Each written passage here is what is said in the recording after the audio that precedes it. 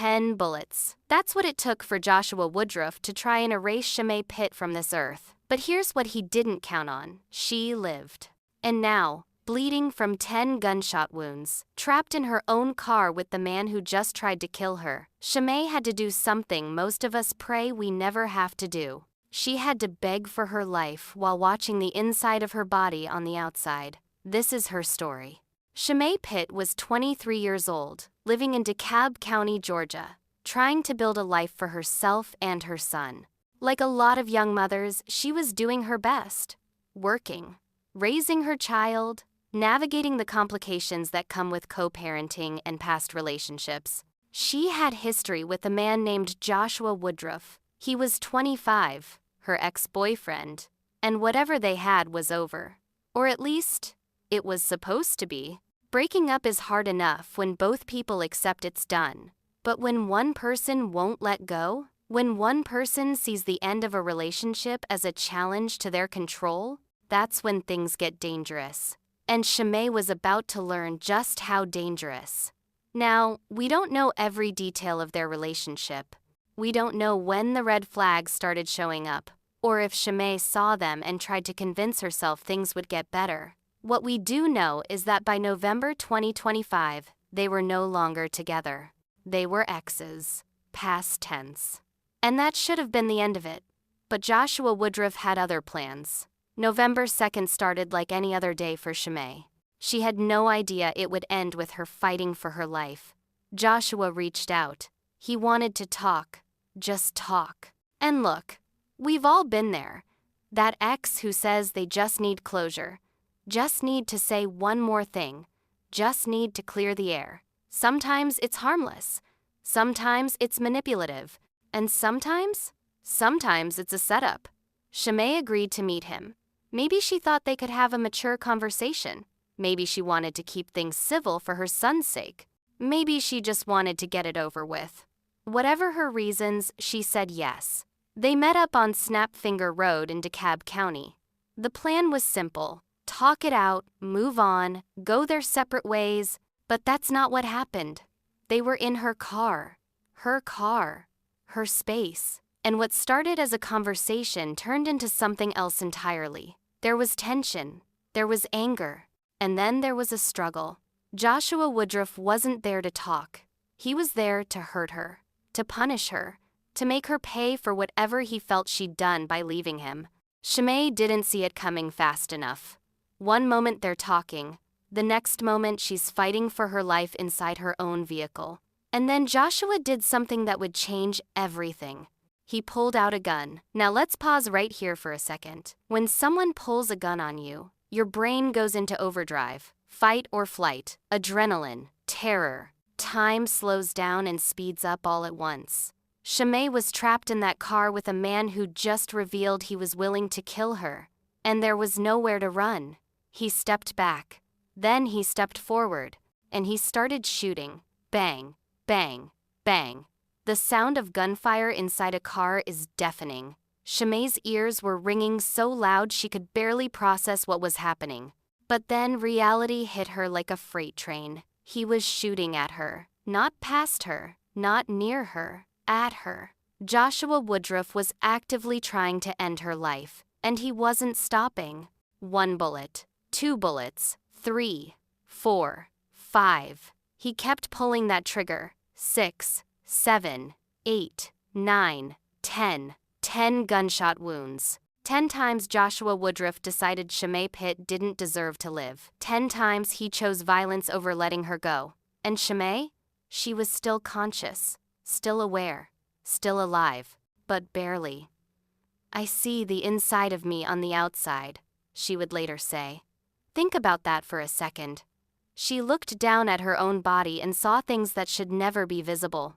Tissue, blood, organs, the kind of injuries that should kill a person instantly.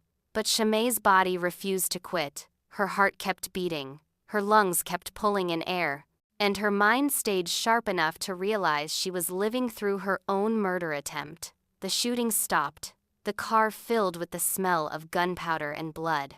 Shamay sat there, bleeding out in the passenger seat of her own vehicle, and Joshua Woodruff made a decision. He didn't call 911. He didn't drop her at a hospital. He didn't run away and leave her there. No, he got in the driver's seat and started driving. From DeKalb County, he drove toward Douglasville. That's not a short trip. That's miles. Multiple counties. And the whole time, Shamay was dying. Blood soaking into the seats. Her vision probably getting blurry. Her body going into shock. And Joshua just kept driving like he was taking a casual road trip. Shamay was coherent enough to know what was happening. She was bleeding out, and the man who shot her was behind the wheel of her car, driving her around like cargo.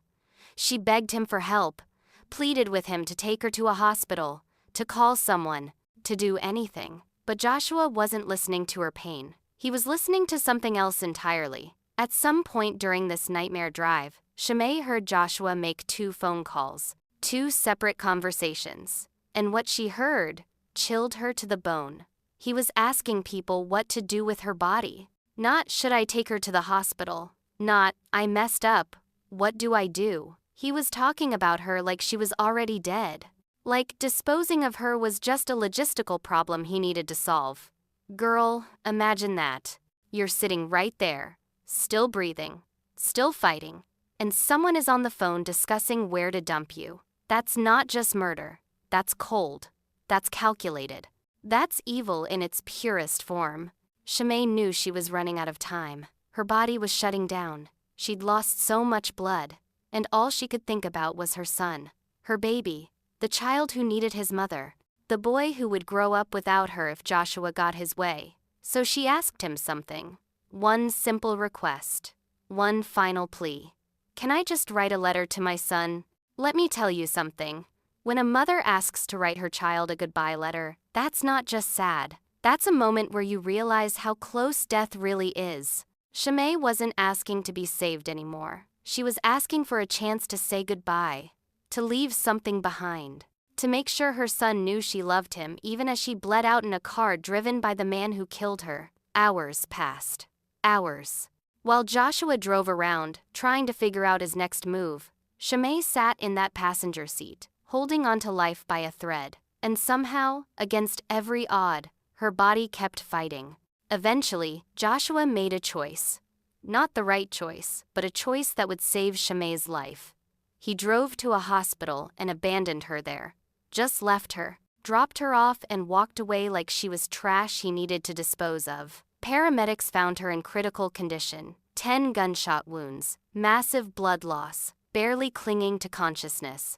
They immediately went to work, stabilizing her enough to transfer her to another hospital with better trauma facilities. Meanwhile, hospital security had detained Joshua Woodruff. He didn't get far, didn't make it out the door before they grabbed him. And honestly, that's probably the only reason Shamay is alive to tell this story. Because if he'd driven away, if he'd dumped her somewhere remote, she would have died alone in her own car. But she didn't die. Her body, riddled with bullets, kept fighting. The doctors worked on her for hours, pulling her back from the edge again and again. And somehow, Shamay Pitt survived what should have killed her 10 times over. Police arrested Joshua Woodruff right there at the hospital, 25 years old, charged with aggravated assault and false imprisonment. Now, let's talk about those charges for a second, because Shamay's mother had something to say about that. She was not happy, not even close. Aggravated assault, false imprisonment, for shooting someone 10 times, kidnapping them across county lines, and driving them around for hours while they bled out? Make it make sense. Shamay's mother made it clear. Those charges weren't enough. Not by a long shot. He needs to be charged for bringing over county lines. He needs to be federally charged for having an automatic switch, which is federal offense. When you transport someone across jurisdictions during a crime, that opens the door to federal charges. Plus, she pointed out something else. If Joshua was using an automatic switch on his weapon, that's a federal offense all on its own. An automatic switch turns a regular gun into something that can fire rapidly, like a machine gun. That's illegal. That's serious time. And that's the kind of charge that actually matches the severity of what he did. A woman who survived being shot 10 times has a warning now for other women tonight. Her ex-boyfriend kidnapped her, shot her, then drove her through multiple counties. And now she hopes she can inspire women to leave abusive relationships. Channel 2's Audrey Washington is live at DeKalb County Police Headquarters in Tucker tonight. And Audrey, this survivor told you the ordeal went on for hours. Right, she told me her ex-boyfriend drove her around for hours while she sat in the passenger seat of her car, bleeding out from 10 gunshot wounds. I'm sorry. Shamay Pitt did not think she would survive it. Right here, I have a bullet wound. She says on November 2nd, in a fit of rage, her ex-boyfriend Joshua Woodruff shot her 10 times. I see the inside of me on the outside. Pitt tells me she agreed to meet with her ex to talk. She says that conversation turned violent and there was a struggle inside of her car. He steps back, he steps forward, and he starts shooting me. My ears are ringing, but I come into realization that he's shooting at me. Pitt says Woodruff then drove her from Snapfinger Road in DeKalb County to Douglasville. At one point, she says she heard Woodruff make 2 phone calls. Basically asked them what to do with my body. I'm scared. I asked him, can I just write? Can I just write a letter to my son? Pitt says Woodruff eventually abandoned her at a hospital while paramedics rushed her to another hospital in critical condition. Security detained Woodruff. Police charged the 25-year-old with aggravated assault and false imprisonment. Pitt's mother says she wants the charges upgraded. He needs to be charged for bringing over county lines. He needs to be federally charged for having an automatic switch, which is a federal offense. A few days ago, the Fulton County DA said Atlanta is under a domestic violence epidemic with nearly 1,000 felony cases pending. Pitt says she hopes more people in an abusive relationship will get out before it's too late. You see that red flag? Run away. And Woodruff is due in court tomorrow. As for Pitt's hospital bills, they are extensive. Her friends and family, they are holding a fundraiser for her on December 2nd. There's also a GoFundMe page to help with some of those expenses.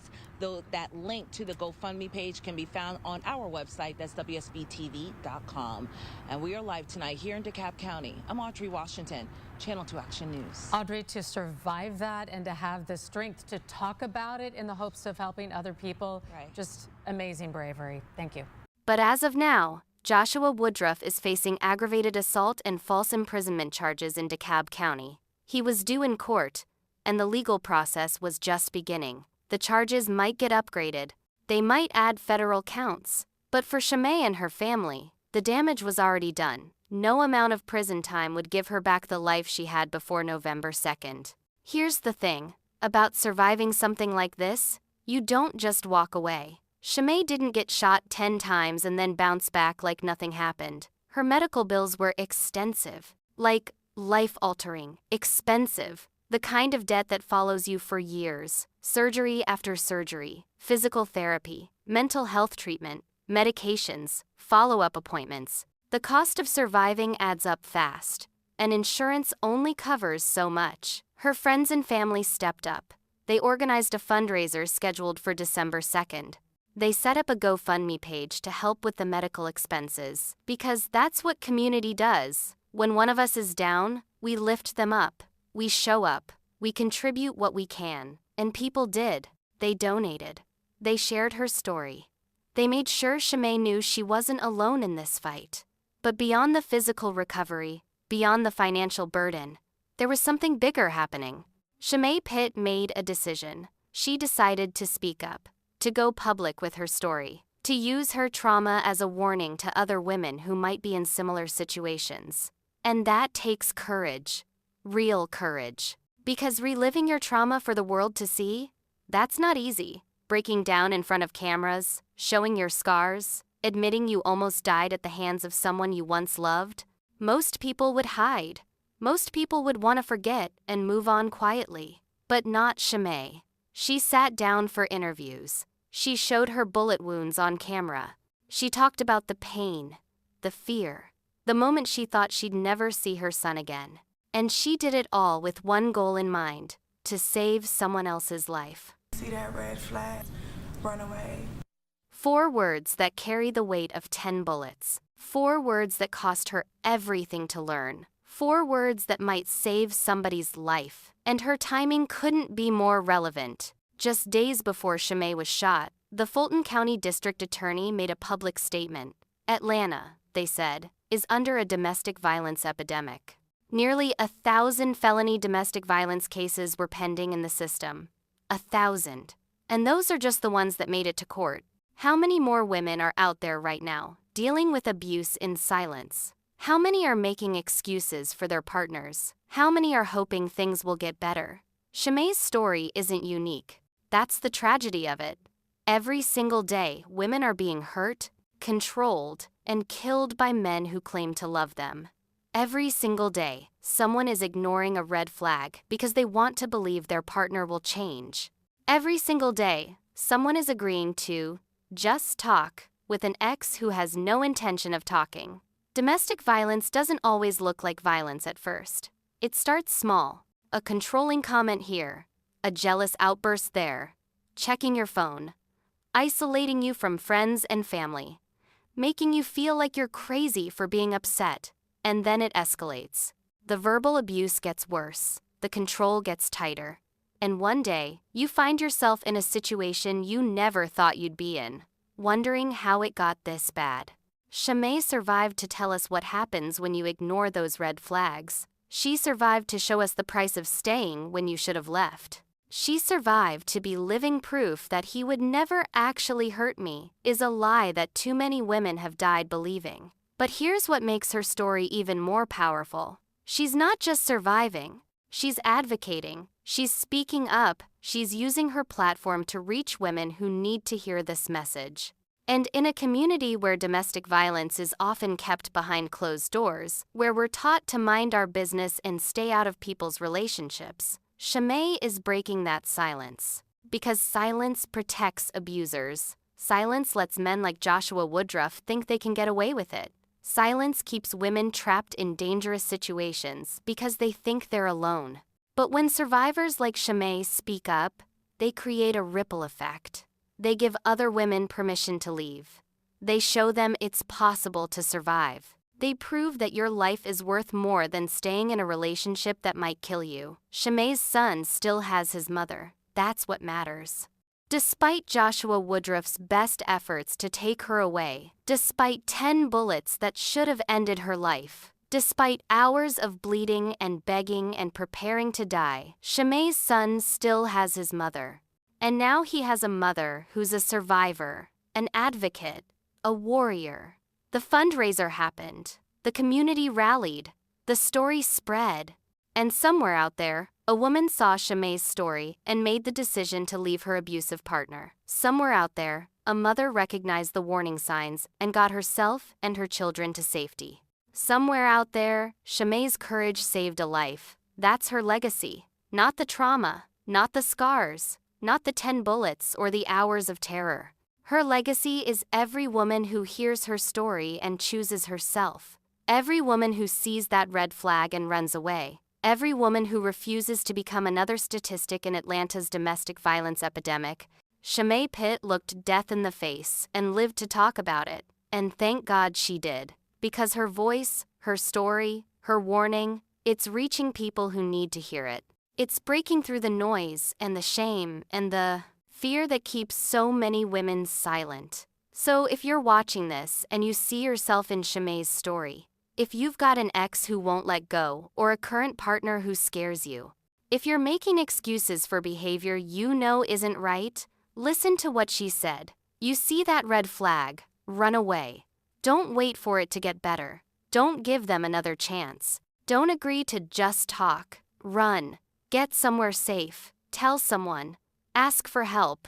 Your life is worth more than giving someone the benefit of the doubt. Your life is worth more than hoping they'll change. Your life is worth more than 10 bullets and a desperate plea to write your child a goodbye letter. Shamay Pitt survived to tell you that. Don't make her courage go to waste. Let's talk about what really happened here, because this goes deeper than just one man's violence. Joshua Woodruff didn't wake up on November 2nd and suddenly decide to become a killer. This was about control, about ownership, about the twisted belief that if he couldn't have Shamay, nobody could. And that mindset, it's killing women every single day. When a relationship ends and one person can't accept it, that's when the danger level skyrockets. Statistics show that the most dangerous time for a woman in an abusive relationship is when she tries to leave, not during the relationship, not at the beginning. When she leaves, that's when men like Joshua snap. That's when "I love you" turns into "if I can't have you, nobody will." Shamay thought she was safe because they'd already broken up. She thought the hard part was over. She thought meeting in a public area, in broad daylight, during the day, meant she'd be okay. And that's exactly what makes this so terrifying. She did what she was supposed to do. She left the relationship. She maintained boundaries. She agreed to a conversation in what should have been a safe setting. And he still tried to kill her. So what are women supposed to do? How are we supposed to protect ourselves when doing everything right still isn't enough? That's the question that keeps domestic violence advocates up at night. That's the reality that makes this epidemic so hard to fight, because it's not always about what the victim did or didn't do. Sometimes it's just about a man who refuses to accept that he doesn't own another human being. And here's what needs to be said. The justice system failed Shamay before she even got shot. We don't know if there were previous incidents. We don't know if she'd reported anything before.